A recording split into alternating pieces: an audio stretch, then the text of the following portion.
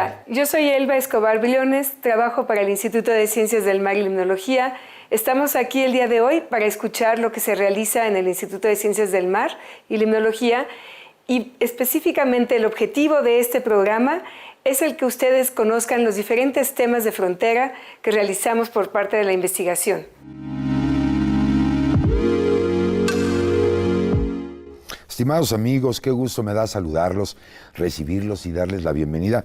Fíjense que estamos ahora en esta serie maravillosa que lleva por título 5 razones por las cuales debemos explorar los mares. Y fíjese, el día de hoy vamos a platicar sobre un tema, pues además de bonito, interesante, importante, por supuesto, que versa sobre los mares son más grandes, implicaciones en el planeta y en la toma de decisiones. El día de hoy vamos a abordar temas sobre la importancia de los mares a nivel planetario desde el punto de vista ambiental y económico. Y como ya es tradicional aquí en Mirador Universitario, pues nos acompañan dos grandes invitados versados en el tema, por lo cual pues yo lo invito a que se quede con nosotros, que establezca contacto con nosotros. Ya las líneas de contacto estarán apareciendo en su pantalla para que le pregunte todo lo que usted quiera a nuestros especialistas del día de hoy y quizá también tenga usted la inquietud de que algún tema sea abordado aquí en Mirador Universitario y por supuesto nosotros le daremos salida. Así es que de nueva cuenta, bienvenidos. Muchas gracias por acompañarnos en esta transmisión de Mirador Universitario. Y quiero presentarle en primer término, me da mucho gusto saludar a la doctora Adela Monreal. Fíjese que ella es profesora y además es investigadora del Instituto de Ciencias del Mar y Limnología. Adela, muchísimas gracias por acompañarnos. No, gracias a ustedes por invitarnos y compartir las maravillas del océano. Por supuesto, muchísimas gracias, bienvenida. Y por otro lado, saludo con mucho gusto al doctor Jorge Zavala, él también profesor e investigador del Centro de Ciencias de la Atmósfera. Jorge, muchas gracias por tomarte la molestia de acompañarnos. Al contrario, muchísimo gusto y buenos días, ¿qué tal? Bienvenido, muchas gracias por estar con nosotros y por supuesto, de nueva cuenta, muchísimas gracias a usted por acompañarnos y sobre todo, como ya decía Adela, pues hablar de un tema que además de bonito, de todo lo que implica, ¿no? Ver el océano, de todo lo que tiene, pues discutir más profundamente de las implicaciones que tienen en el planeta. Y yo quisiera empezar por preguntarte, Adela, si nos pudieras explicar cuál es la capacidad calorífica de los océanos. Mucho se ha hablado de este tema. Bueno, pues el agua tiene una gran capacidad calorífica, que gracias a eso mantenemos el clima que tenemos sobre el planeta. Y yo pensaría que el océano es un regulador del clima gracias a esa gran capacidad calorífica con la que cuenta. Sí, por supuesto. Y hay uno de los términos, Jorge, que en este sentido tú nos dirás si tiene relación o no, porque se habla mucho del transporte meridional, del calor por las corrientes, que de alguna manera tiene que ver con esto que ya nos empieza a comentar Adela, ¿no? Sí. Bueno, quisiera agregar un poco de lo que por favor. comentaba Adela. En realidad es muy importante dar una dimensión de lo que es la capacidad calorífica de los océanos. El agua tiene una capacidad o un calor específico, nosotros le llamamos así, a la cantidad de energía que se requiere para aumentar la temperatura de, digamos, 1 kilogramo en 1 grado. Okay. Y es del orden de 4,000, un poquito más de 4,000 joules por grado, ¿no? Mientras que el aire tiene una capacidad más o menos de 1000, o sea, 4:1. Sin embargo, a nivel del mar, la densidad del aire es 1000 veces menor que la del agua. Y esto nos pone en una situación que para calentar el mismo volumen se requiere aproximadamente 4000 veces más energía. Entonces, esto resulta en que la cantidad de energía que se requiere para aumentar en 1 grado toda la atmósfera que está sobre el océano, digamos, sobre una columna de 1 metro cuadrado, equivale a la cantidad de elevar la temperatura del océano en solo 2.5 metros de profundidad. Y entonces, considerando que los océanos tienen una profundidad de aproximadamente 4 kilómetros en promedio, aunque tengamos una zona activa de solamente 100 metros, en el corto plazo, que es la capa mezclado, la capa límite oceánica, pues entonces la inercia térmica del océano es muchísimo mayor que la de la atmósfera. Entonces, por eso en buena medida decimos que la temperatura está regulada en el mediano y largo plazo por los océanos. Hay un gradiente importante entre la atmósfera entonces y el océano, por lo que nos estás comentando. Bueno, en realidad la atmósfera tiende a tener una temperatura de equilibrio con el océano, porque como el océano tiene mayor capacidad calorífica, rápidamente tiende a tener una temperatura similar a la del océano. Sin embargo, hacia arriba, como la atmósfera es un gas compresible, pues disminuye la presión, se expande y eso provoca una baja de temperatura. Ok. Ahora, en este sentido, las corrientes, Adela. El transporte de calor es muy importante. Nuestro planeta recibe una gran radiación solar en el ecuador, mucho menor que la que reciben los polos. Entonces, la Tierra o las corrientes que se generan en el océano tienen la capacidad de transportar ese calor y gracias a eso, el polo en cierto momento tienes una cantidad de calor que no permite que se congele más de lo que ya está. Pero y tenemos un ejemplo muy bonito en el océano. Por ejemplo, nosotros le llamamos corriente del Golfo, la corriente que va de Florida y lleva calor a Europa. Entonces esa corriente del Golfo le llamamos, es un ejemplo muy importante sobre el transporte de calor. Y que gracias a eso Europa no se congela. Sí, claro. Regresamos inmediatamente aquí a Mirador Universitario. No se vaya.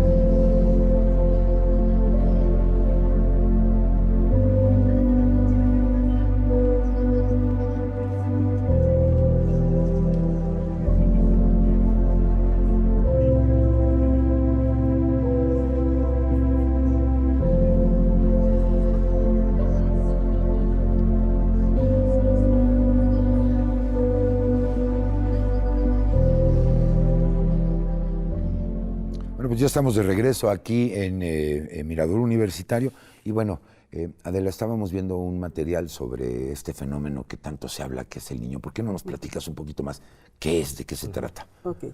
El Niño es el calentamiento del Océano Pacífico en la costa de América y este es la fase cálida del de la etapa climática, generalmente este fenómeno no es periódico, pero es recurrente y su recurrencia varía entre 3 años y 8 años. Y se le llama el niño porque en la etapa donde tiene su máxima intensidad es justamente a finales de año, y las personas de Perú empezaron a ver el efecto de las pesquerías que disminuía cuando había este calentamiento en el Pacífico americano. Y entonces ellos dijeron, pues y en ese tiempo decían los españoles, hablaban de la venida del niño Jesús, y entonces ellos dijeron, bueno, este es el fenómeno del niño. No decían el fenómeno del niño, le llamamos niño por la venida del niño Jesús. Ah, ok. Ajá. Pero ellos veían como un efecto malo para ellos porque las pesquerías bajaban. Claro. Y entonces decía, bueno, es que no nos quieren, ¿no? Ujú, sí, Y bueno, ahora se sabe que el efecto del niño tiene sus pros y sus contras, ¿no? Y generalmente nos enfatizamos más sobre las cuestiones negativas. Claro. ¿Qué decimos? Bueno, pues cuando hay niño, las pesquerías se abaten. No va a haber pesquerías tan fuertes. O qué pasa, por ejemplo, en nuestras costas mexicanas, en la parte de Baja California, en la costa de Baja California, en el Pacífico. Pues ahí, cuando hay niño, el atún que se encuentra ahí busca, porque aumenta la temperatura, y el atún es muy sensible al cambio de temperatura, entonces se mueve o a profundidades mayores o a latitudes más altas para buscar la temperatura adecuada para ellos. Y entonces, pues nosotros decimos que la temperatura afecta a las pesquerías, ¿no? Claro. Este aumento. Pero también, por otro lado, nuestro país depende muchísimo de la agricultura y existen lluvias de invierno que favorecen la agricultura en México.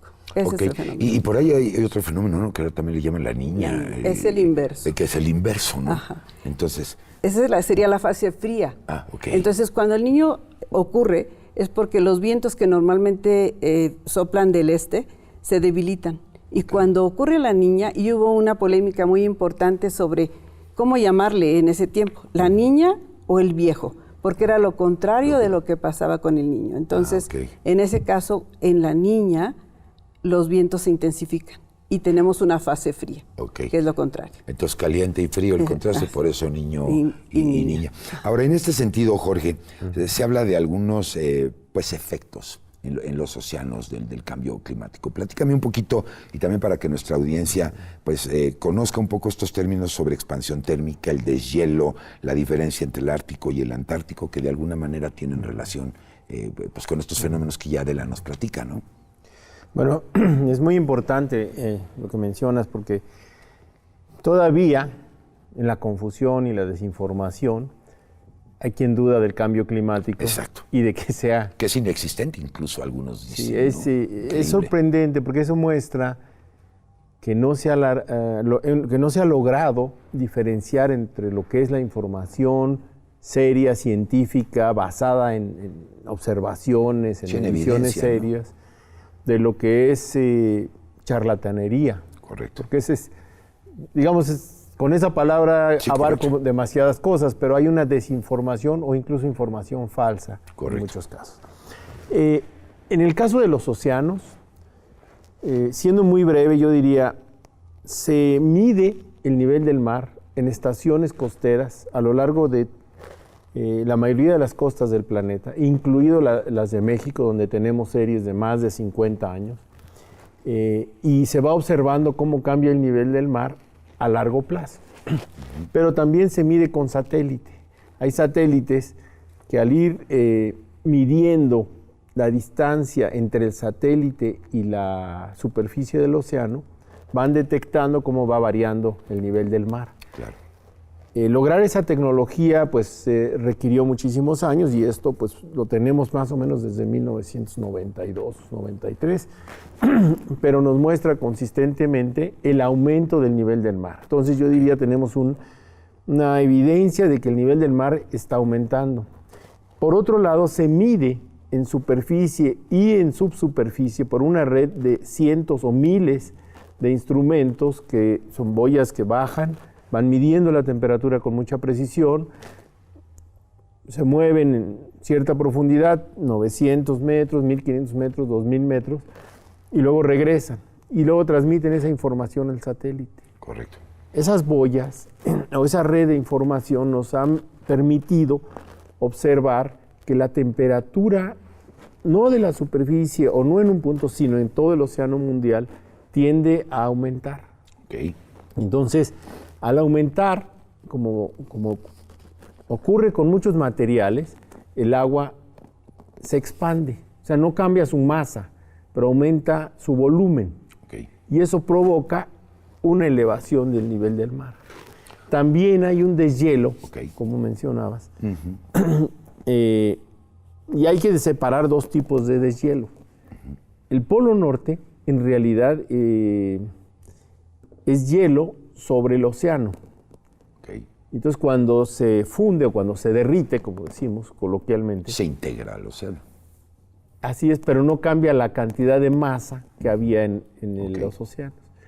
Pero por otro lado hay los glaciares o hielos que están sobre zonas continentales, por ejemplo Groenlandia, la Antártica o los volcanes, que cuando ocurre el deshielo, esas aguas se escurren y llegan a los océanos. Entonces aumenta la masa de los océanos. Correcto. Esa sería la diferencia medular entre Ártico y Antártico, de alguna manera. Exactamente, perfecto. Exactamente, esa es la diferencia. Okay. En el norte, en el Polo Norte, en el Ártico, pues no hay un continente, y en la Antártica tenemos un continente. Correcto. Esa cantidad de hielo que se funde se mide por distintos mecanismos. Uno es con satélites con anomalías gravimétricas y otro es con satélites que miden igual la distancia entre la superficie del hielo y, digamos, cómo esa distancia va disminuyendo, digamos, con relación al centro de la Tierra. Y se cuantifica cuánta masa se está perdiendo. Y el otro elemento fundamental es el agua que se extrae del subsuelo. Se extrae, se usa, se contamina, algunas veces se procesa. Sí. Pero normalmente se libera y se escurre y llega también al mar. Okay. Entonces, esas tres contribuciones se cuantifican y esos números coinciden con las mediciones del cambio del nivel del mar, que en este momento son del orden de 3 milímetros por año, en promedio en todo el planeta. Y esa es evidencia muy sólida. Claro. Y en el sentido de que es irrefutable que hay un aumento de la temperatura o de la cantidad de calor en los océanos, y ya podríamos hablar sobre las causas, pero evidentemente pues es producto de las actividades humanas. Sí, y obviamente ese cambio climático está implicado totalmente, y que resulta increíble ver años de estudio, tecnología o avance tecnológico. Eso por supuesto tiene una erogación económica gigantesca. Y con esa charlatanería que tú estabas comentando, nos dicen es inexistente, ¿no? Lo pasan por alto cuando ahí está, ¿no? Bueno, hay que recordar que en los primeros días del presidente Trump, él prohibió la difusión de información relacionada con el cambio climático hacia el público. Y hay un documento, por ejemplo, de la American Geophysical Union, de todos sus miembros, pidiendo que eso, o explicando que eso realmente daña la seguridad de las personas y afecta el desarrollo del conocimiento y de la ciencia. Por eso me detengo un poquito en ese tema. Y qué bueno, porque bueno que lo aclares, porque me parece relevante el conocer esto, ¿no? Sí, y se puede hablar de muchos aspectos, pero en el caso de los océanos hemos descrito muy brevemente cómo es que está afectando el cambio climático. Ahora, ya hablábamos entonces de los deshielos, ¿no? Un poco de esto, pero que hay, por ejemplo, huracanes, incluso todo este tipo de fenómenos. Se menciona del cambio climático. Últimamente los estudios que se han hecho sobre cómo es la ocurrencia del Niño, se considera que en la última etapa, hablando de tiempos geológicos, el Niño se ha visto que ocurre más frecuentemente y con mayor intensidad. Entonces, eso lo hacen las personas que trabajan sobre paleoceanografía. Sí, me imagino. Y hay un seguimiento puntual de cómo se ha estado comportando. ¿De cuántos años tenemos ya estadística, digamos, en este sentido? ¿10 años por lo menos? No, yo creo que más. No, ¿Más? es interesante, muy interesante la pregunta. Las observaciones del medio ambiente y de los océanos se dividen en etapas. Okay. Entonces tenemos la etapa observacional donde tenemos instrumentos o la etapa instrumental, pero luego, digamos eso, en este caso pues podemos hablar de más de 100 años, correcto, porque los barcos Sí, comerciales sistemáticamente, desde hace décadas o más de 100 años, realizan observaciones. Claro, Y esto era precisamente para su seguridad, entonces Claro. iban documentando. claro. Pero hay periodos anteriores, que es, como mencionaba Adela, que es la paleoceanografía. Entonces, esas anomalías, digamos, climáticas van dejando huella, vamos a decir, El en los rastro, sedimentos, digamos. rastros. Así como los anillos de los árboles nos Claro. dan alguna información, o los glaciares de los hielos, los sedimentos del fondo marino permiten inferir los climas pasados. No, y luego pues, todo el análisis de esa información, imagino, es un trabajo gigantesco. Platicábamos de efectos como los huracanes, ¿no? Y también vemos que tienen, pues, tienen cambios. Se generan, es decir, su génesis, ¿no? Posteriormente se intensifican o incluso decaen. Siempre oímos un huracán categoría tal y ya se convirtió en una tormenta tropical. Platíquenme un poco al respecto.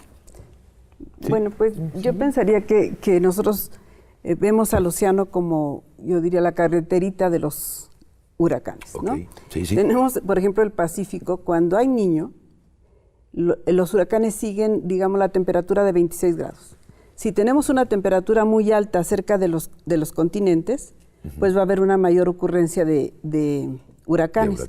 Como por ejemplo, cuando pasó el Niño del 97-98, que fue una tormenta que le llamaron Paulina. Y esa fue un gran acierto de la naturaleza para el estado de Oaxaca, porque abrió bocas de lagunas costeras donde los pescadores ya no podían tener su actividad normal. Entonces, hubo una descarga de agua dulce por el huracán Paulina y abrieron las bocas de las lagunas. Esto fue de verdad algo que cambió la vida de los pescadores de esa región. Pero pensamos que al haber mayor temperatura se provocan o se generan mayor cantidad de huracanes. Cosa que cuando hay niño, en el Pacífico se incrementan los huracanes, pero en el Atlántico disminuyen, ¿no? Sí, increíble porque pues además siempre platicamos desafortunadamente de los destrozos y de todo esto que genera un fenómeno como un huracán, pero por aquí también vemos que hay puntos positivos. Es momento de hacer una pausa, permítame, vamos a hacer una pausa y permítame usted también, amigo mío, hacer una pausa. Y bueno, pues al regresar seguiremos platicando sobre este maravilloso tema que lleva por título Los mares son más grandes, las implicaciones en el planeta y en la toma de decisiones. Y evidentemente cuando regresemos, si les parece bien, pues podemos empezar a platicar de lo que es el mar de fondo y las olas para seguir platicando con nuestros expertos. Les recuerdo que las líneas de contacto estarán apareciendo en su pantalla para que usted sea tan amable de establecer contacto con nosotros y externar todas sus preguntas, sus comentarios y, por supuesto, sus sugerencias. Así es que vámonos a la pausa, ya volvemos aquí a Mirador Universitario.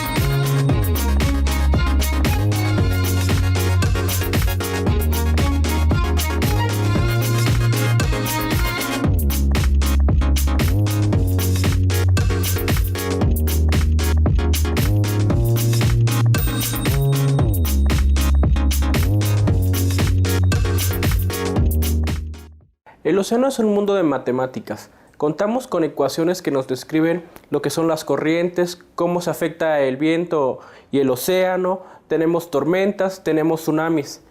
Yo he trabajado con tsunamis. Los tsunamis pueden generarse por la caída de asteroides, el derrumbe de algunas montañas muy grandes o en la mayoría de los casos por actividades sísmicas. Un tsunami es como si nosotros tiráramos una piedra a un lago. Esta genera ondas. Sin embargo, en el movimiento sísmico, el ascenso del agua es desde abajo. Este empieza a propagarse a través de ondas que también nosotros las podemos describir con las ecuaciones. Y estas, depende de la interacción de la onda de tsunami con la costa, va a aumentar o va a descender. ¿Por qué es importante estudiar los tsunamis? Los tsunamis han ocurrido decenas de veces en lo que son las costas mexicanas. Prueba de eso es que en algunas regiones, si nosotros hacemos un corte a lo que es la arena que está cerca de las playas, podemos ver lo que son los rastros de los tsunamis, como la imagen 1. Además, un tsunami, dependiendo de la magnitud del sismo, puede ser muy grande o muy pequeño la afectación que va a tener sobre la ciudad. Nosotros hicimos un estudio para Zihuatanejo, en el cual, a partir de la placa de Cocos, proponemos que un sismo de 7.0 grados genera un ascenso en el nivel del mar y este se va propagando. Aproximadamente 18 minutos después de que se genera este sismo, llega a lo que es la costa. Es importante tener este tipo de estudios. El tiempo de arribo desde la zona de origen del sismo hasta las ciudades. ¿Por qué? Para nosotros tener un plan de emergencia y decir, tienen tantos minutos la población para evacuar. Y después tenemos lo que son los mapas de riesgo. Podemos predecir en qué zonas es más probable que la onda de tsunami llegue, en qué zonas son más seguras para buscar que la mayoría de la población vaya hacia esas zonas. Entonces, el estudio de los procesos oceánicos es muy importante, como se ha visto. Existen diferentes métodos, como ya dije, y el que nosotros manejamos es por computadora. Por computadora nosotros tenemos las ecuaciones, le ponemos condiciones iniciales y estas van arrojando resultados. Sin embargo, no solo tenemos que hacer un solo ejemplo, tenemos que hacer muchos ejemplos para decir esto es lo más probable y esto es lo menos probable.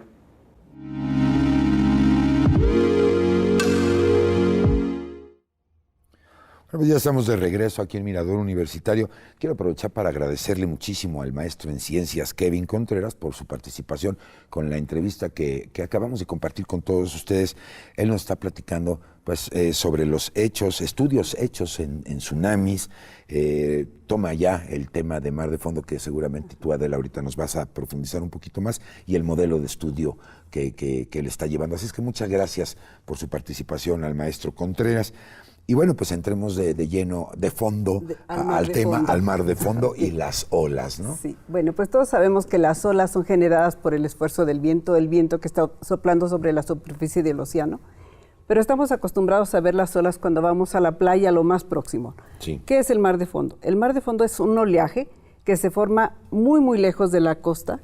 Por ejemplo, nosotros en las costas de Oaxaca y Guerrero, generalmente en el año tenemos varias épocas en que tenemos mar de fondo y es un oleaje muy muy fuerte, pero no se generó ahí, se genera en el hemisferio sur, por Australia, entre Australia y América, y ese viaja hacia nuestras costas y produce un efecto mayor cuando esto se conjunta cuando hay luna llena o luna nueva, porque aunque el efecto del mar de fondo sea las tormentas que ocurren en el hemisferio sur, cuando se complementan con la marea, tenemos un oleaje que hay que tener cuidado con él, sobre todo para los turistas y los nacionales que van a las playas.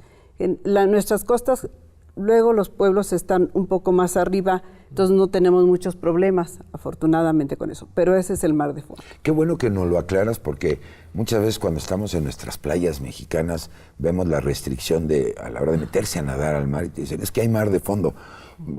Qué bueno, ¿no? Porque obviamente en general desconocemos qué es ese término. Y una segunda aclaración para nuestra audiencia sería hablar de oleaje y de mareas, ¿no? Porque ya bien nos explicas que las olas se generan por efecto del viento y las mareas al parecer, bueno, no al parecer, tienen implicación de efecto con la luna, ¿no? Exactamente. Entonces, y creo que vale la pena conocerlo. Sí, a ver, las mareas y las mareas más altas, cuando nosotros vemos una elevación del nivel cuando vamos a la playa, es porque hay marea viva, le llamamos así, pero es cuando ocurre luna llena o luna nueva. Entonces, tener un mar de fondo en conjunción con luna llena y nueva, pues es tener un oleaje bastante alto. Y eso ocurre mucho en las costas de Guerrero y Oaxaca. Sin embargo, podemos tener tormentas en el hemisferio norte y no necesariamente vamos a tener un mar de fondo en nuestras costas. Correcto. Y eso es importante porque muchos de nosotros pudiéramos pensar que hablar del efecto de la luna llena, a lo mejor es una cuestión básicamente mitológica o etcétera, y no es así, o sea, sí hay una relación. Y otro comentario, Adela, los tsunamis. Ajá. Los tsunamis son ondas muy largas que se generan por sismos que tienen su epicentro en el fondo, en el mar. En el mar, Ajá. ok. Pero también pueden ser por una erupción volcánica. Ajá. Y estas ondas, a veces podemos tener un sismo con epicentro en el mar y no ver esa ola que se aproxima como una pared hacia la costa. ¿Por qué? Porque para que se genere un tsunami necesita haber un movimiento vertical de la corteza del fondo marino. Entonces, son ondas que atraviesan en muy pocas horas todo el Pacífico. Perfectamente, y que tienen unos efectos desastrosos en la parte continental. Me encanta preguntarte, Jorge, porque veo toda esta parte científica del registro, del análisis. ¿Hay registros sobre tsunamis en México? ¿Cómo está esa situación? Bueno, la pregunta es muy importante. La era instrumental en México inicia en 1940 para la medición del nivel del mar. Y en los 50 se crea el Servicio Mareográfico Nacional que opera el Instituto de Geofísica de la UNAM y que me ha tocado, estar a cargo en los últimos años. Entonces, se inician esas mediciones y han ocurrido algunos sismos que han generado tsunamis, sismos locales, que han generado tsunamis que se llaman locales, o también hay registro de tsunamis generados o asociados a sismos que ocurrieron, por ejemplo, el de Japón o los de Chile. Y sí tenemos en México, en la UNAM, una serie de registros, sobre todo recientemente, con mucha precisión, con una frecuencia de 1 minuto, un dato cada minuto, y en una serie importante de estaciones para analizar con mucho cuidado estos tsunamis. Por ejemplo, el tsunami de Japón, por razones todavía no muy bien comprendidas, son cosas que estamos investigando, o se está investigando, en Zihuatanejo, en la bahía de Zihuatanejo, tuvo una mayor amplitud. Entre la parte baja y la alta de cada una de estas ondas llegó a más de 3 metros, o digamos más de 1,5 metros sobre el nivel de marea, el nivel del mar en ese momento. Y en otras estaciones cercanas como Acapulco o Lázaro Cárdenas hubo también un tsunami, pero de menor amplitud. Un impacto menor, ¿no? Un impacto menor.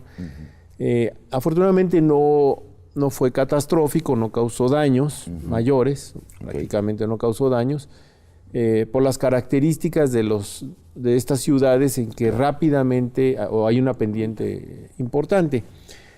Pero esos registros nos sirven para analizar eventos que pudieran ocurrir en un periodo cercano. Ahora, contestando la pregunta, además de esta serie, el sismo de 85, se registró en Acapulco y en Ensenada, fueron las únicas 2 estaciones que estaban activas en ese momento. En el de Japón, yo creo que tuvimos más de 10 estaciones que lo registraron. El del 57, etcétera. Hay el sismo de Chile, el de Japón, el de... O sea, se tiene esa información, digamos. Hay una cantidad importante. Ahora, han ocurrido otros sismos, por ejemplo, locales, que generaron tsunamis muy importantes. Pero no había instrumentos en las costas midiendo el nivel del mar.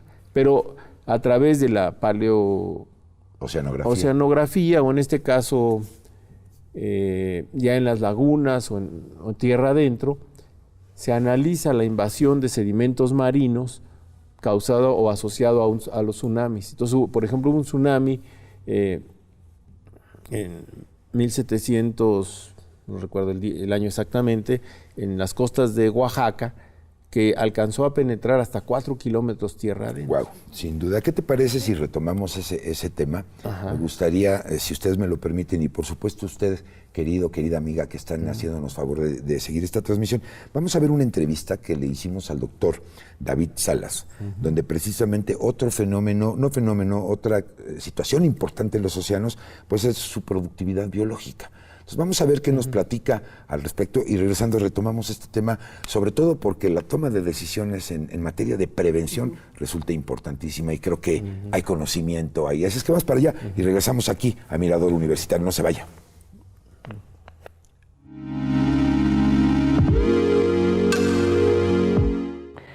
En el océano hay una gran cantidad de organismos que son de interés comercial, los consumimos, y también otros que son de interés ecológico.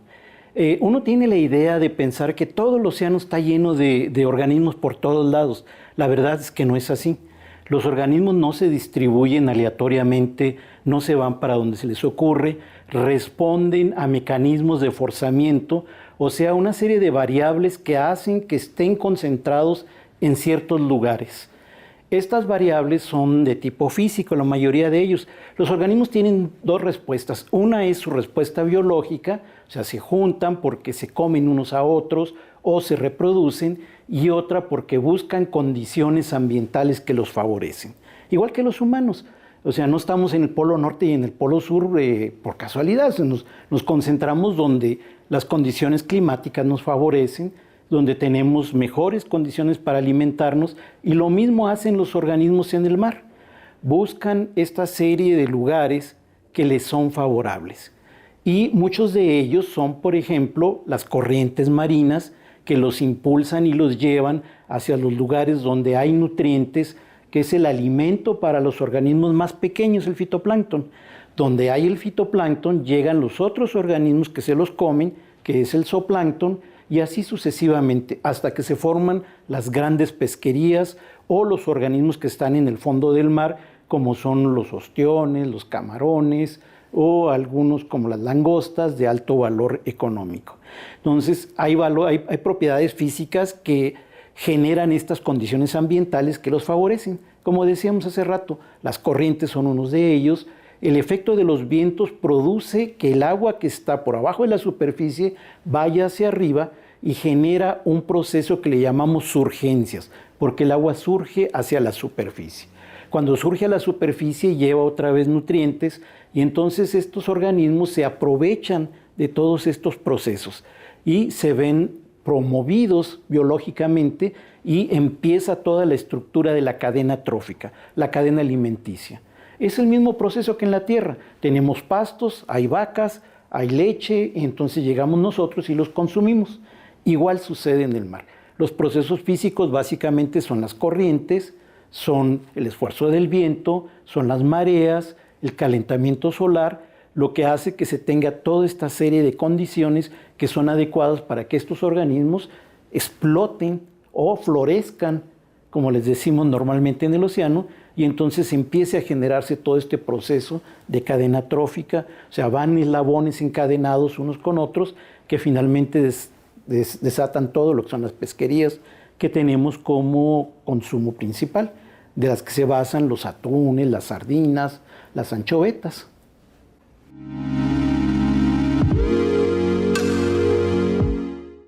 Muchas gracias al doctor David Salas por su participación aquí en Mirador Universitario. Interesante, ¿no?, lo que nos comenta con respecto a la productividad biológica de los océanos. Y bueno, a ver, ¿con quién empiezo? Adela, tú me empiezas a platicar un poquito. Tengo ahí algunos términos que me gustaría que nos aclararas para que nuestros amigos de la audiencia también entiendan. Fíjate, surgencias, frentes, mezclas y remolinos. ¿Qué hay con todo esto? Bueno, pues cuando nosotros hablamos de la cuestión biológica y la parte física del océano, estos movimientos de los océanos, pensamos que son como cosas separadas. Sin embargo, no. La cuestión física, como las corrientes, las mareas, las olas, tienen mucho que ver en la productividad biológica de los océanos. Por ejemplo, surgencias, empezamos con surgencias. Ok. Cuando el viento sopla paralelo a la costa, se genera un transporte del agua que está pegado a la costa hacia mar adentro. Ese hueco que se queda aquí cerca de la costa viene a ser llenado por agua de más abajo con cantidades importantes de nutrientes o de alimento, podríamos decirlo así. Y entonces esa zona es muy productiva, porque el alimento que se encontraría, por ejemplo, a 50 metros de profundidad, el agua al subir lleva ese alimento a la capa donde llega la luz. Y entonces empieza la cadena trófica de el fitoplancton, las plantas pequeñas que hay en el océano, luego los organismos del zooplancton, y así se van hasta llegar a las grandes pesquerías y luego nosotros como humanos podríamos consumir esto. Otra cosa que también es un procedimiento físico que aumenta la productividad biológica es los frentes. ¿Qué es un frente? Por ejemplo, cuando hay una descarga de río y llega al mar, el río trae muchos materia orgánica o nutrientes, alimento para los organismos del mar. Y entonces se forma un frente como el agua dulce está pegada al agua salada que estaba ahí, y ahí se forma un frente. Esas son zonas de mucha riqueza biológica. Correcto. Ajá. Y solamente por tener cantidades importantes de materia orgánica y de nutrientes. Otra cosa que nosotros asociamos como favorable a la productividad biológica son los vórtices o los remolinos. O remolinos. Ajá. Hay dos tipos de remolinos ahorita que se manejan mucho en la física, y uno es el que gira en sentido de las manecillas del reloj. Así es. Y ese en la circulación oceánica decimos que es un giro cálido en su centro, y que por eso tiene una circulación que hunde el agua, y por lo tanto le llamamos un vórtice frío o remolino, pobre. Ajá, más bien. Y el contrario, el que gira en el otro sentido, ese es un giro frío y rico.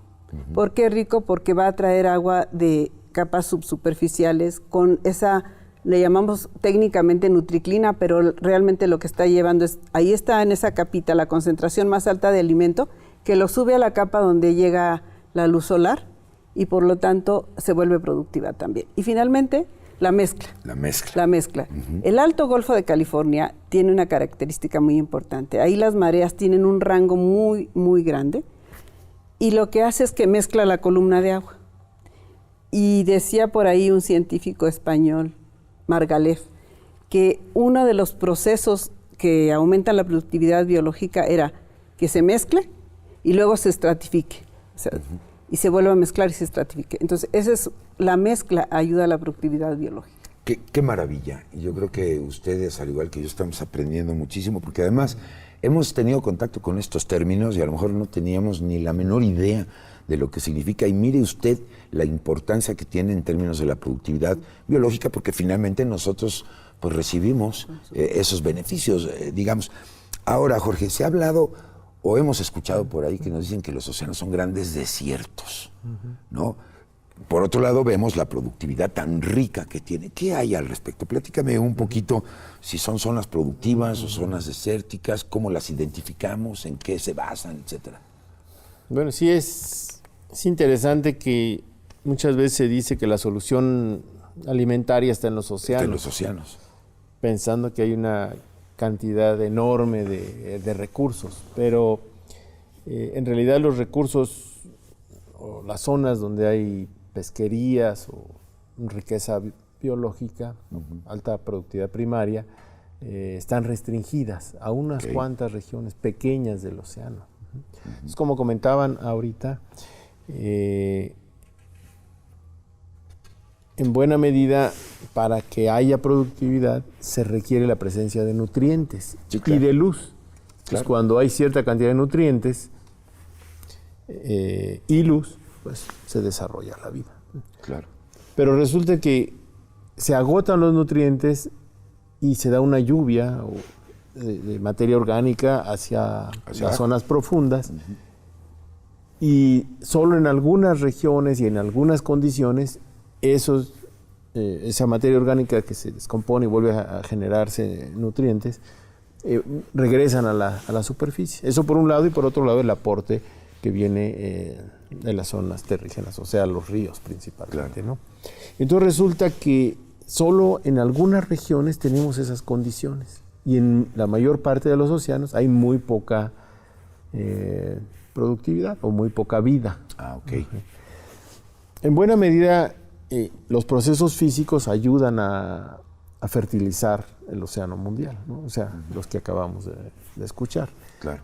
que describió Adela, ¿no? La mezcla, los remolinos, las urgencias, etcétera, ¿no? No, y que muchas de estas especies, si no es que la mayoría que son para el consumo humano, pues no son especies profundas, es decir, andan en aguas, vamos a llamarles superficiales, y que requieren de todo este intercambio, de este equilibrio ecológico, trófico, para que obviamente la productividad esté marcada, ¿no? Claro.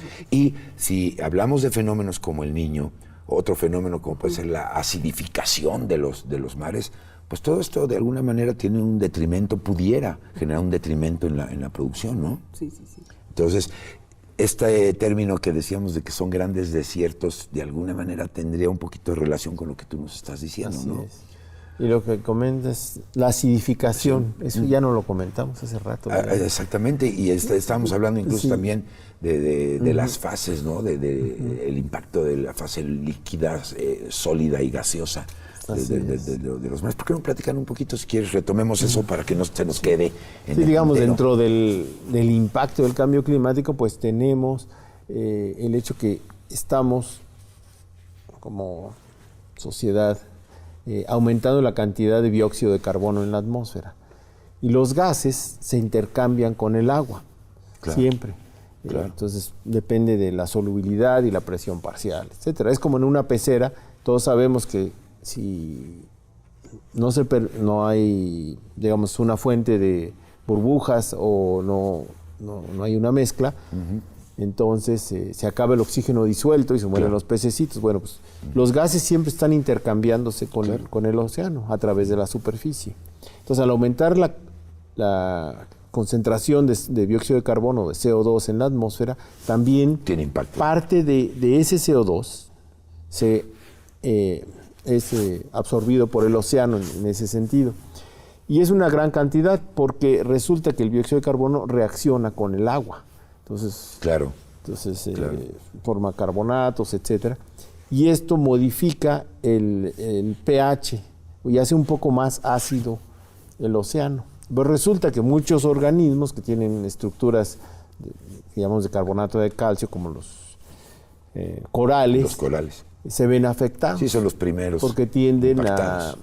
a hacer más difícil mantener estas estructuras, o sea, tienden a disolverse literalmente. Entonces, el cambio climático está incidiendo directamente en este problema, y eso es lo que se llama o se conoce como la acidificación De los océanos. de los Correcto, pues océanos. ya casi nos vamos. Muy bien. Vamos a ver un último material sobre los mares mexicanos para revestir esto. Yo les pediría, cuando regresemos, dividiría el tema en dos. Pedirte, Adela, que tú me platiques importancia del Pacífico y finalmente de Jorge, para que me platiques un poquito sobre la importancia del Golfo de México. Entonces, bueno, si quieren empecemos con eso antes de irnos, ya para propiamente despedirnos del programa, porque ya ven que el tiempo en televisión resulta inexorable y nos podríamos quedar aquí, bueno, yo no sé cuánto tiempo platicando. Si yo me lo estoy imaginando, seguramente a usted le pasa lo mismo, donde quiera que esté siguiendo esta transmisión. Pensar en los océanos es algo maravilloso, ¿no? ¿Con quién empiezo? Contigo, Adela. Sí. Bueno, pues el Pacífico, su importancia no nada más radica que por tener una gran cantidad de agua, porque es el océano mayor, el mayor. No solamente su papel importante lo juega en la regularización del clima, sino en la productividad, para regresar con esto. Y sabemos que las zonas de surgencias, que son zonas productivas, ocurren en la parte oeste de los continentes. O sea que nosotros, México, somos privilegiados en ese tipo de zonas. Eso, sí, claro. Y vamos a mencionar una en el Pacífico, Claro. el Golfo de Tehuantepec, que tiene surgencias en el invierno, por los vientos tan intensos como los de ahorita, que son vientos del norte. Pero también tenemos en la zona de la costa de Baja California, que es una zona muy productiva, con una gran cantidad de pesquerías de atún y de sardina, y y esto es debido a las urgencias que ocurren en esa zona. Pero dentro del Golfo de California, que no lo hemos tocado, tenemos una gran biodiversidad. Y las mareas en el Golfo de California son muy, muy importantes, no solamente para la productividad que hablábamos en el Alto Golfo, sino esas corrientes que nos llevan el transporte de calor de un lado a otro, como bien lo iniciamos platicando. Okay. Y pues el Pacífico nos beneficia en la economía mexicana. Es una riqueza. Muchísimas gracias, Adela, por habernos acompañado. Gracias. Y me queda un minutito más, Jorge, el Golfo de México. Bueno, pues el Golfo de México es parte del Atlántico y en ese sentido, por estar en el lado occidental, tiene una corriente muy intensa. Que ya no hablamos de a qué se debe esto, pero tenemos la corriente de Yucatán, que después se llama corriente de Lazo, que es parte de la corriente del Golfo, y es una de las corrientes más intensas y más energéticas del planeta. Esto aporta una gran cantidad de energía, digamos, corrientes muy intensas, remolinos, genera remolinos, y también estos fenómenos están asociados a contenidos importantes de calor. Es una de las zonas en donde transitan y se generan ciclones tropicales. Es una zona muy compleja porque tiene zonas profundas de alrededor de 3.700 metros, pero también extensas plataformas continentales, descargas de ríos, rica en remolinos, rica en frentes, rica en una gran cantidad de cosas. Mezcla. Tenemos los famosos nortes, que son también. Frentes atmosféricos, que tienen asociados vientos muy intensos, que se podría hablar solo de ese tema. Sí, de tener toda la serie. ¿Por qué son esos vientos tan intensos? Pues ahí lo dejamos para que la producción tome nota y abordarlo a lo largo de esta serie. Retoma el tema. Muchísimas gracias, Jorge, por haber estado con nosotros. Al contrario, pero sobre todo, gusto. muchísimas gracias a usted, amigo, amiga, por habernos seguido en una transmisión más de Mirador Universitario. Muchísimas gracias a este staff maravilloso, al equipo de producción que hizo posible la transmisión de este programa. Yo soy Carlos Esquivel Acroa, agradeciendo el privilegio de su atención y, por supuesto, ya vio usted el tema, aprendimos muchísimo el día de hoy. Invitarlo a que nos haga el favor de seguirnos en una emisión más de Mirador Universitario. Nos vemos, hasta la próxima. Muchísimas gracias. Un placer. Muchas gracias. Muchísimo gusto.